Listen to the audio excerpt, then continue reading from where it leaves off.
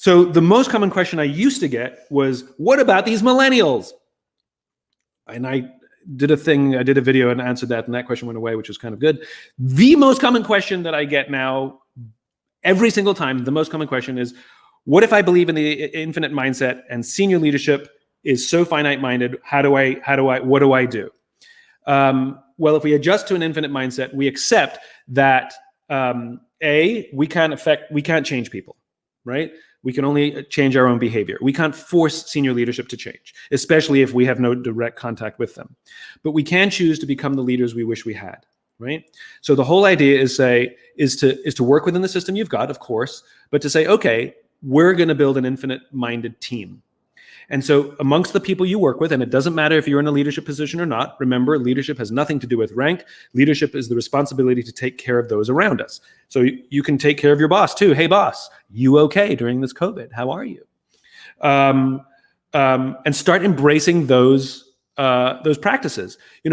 If the organization doesn't have a good just cause, tell your team what your just cause is and say why you love this job and how this job is helping you advance your just cause. Start building trusting teams. Start making the people you work with feel like someone has their back, that someone cares about them as human beings, that you create a space where they can be open and honest without judgment.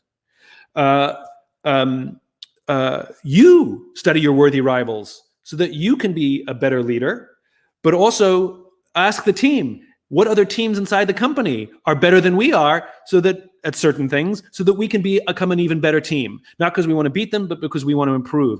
Build that sense of constant improvement into the team.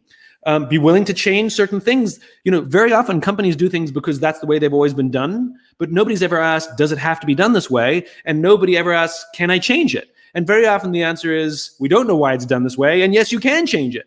Ask the questions. I'll tell you one quick funny story as a side about asking questions. Long ago when I had a job, I worked at a large ad agency, and it was a fairly common experience where my boss would come into my office and say, the client wants this by Wednesday, get it done. I'd be like, it's impossible to get this done by Wednesday. And he would say, I don't know what to tell you. You have to the client wants it by Wednesday. So one day I called the client and I said, hey, I got this thing that you asked for. When do you need it by? Because they said you have to have it by Wednesday. And they went, no, I can have it by Friday or Monday. That's totally fine. It's because somebody said, when do you want it? They said, Wednesday? And we went, okay. And then it became, the point is, ask a question.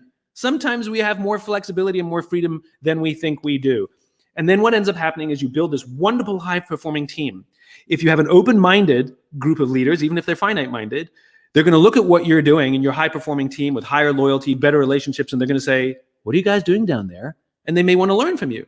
If they're completely just in their own world and short-term metric driven, they'll just leave you alone because you're high performing.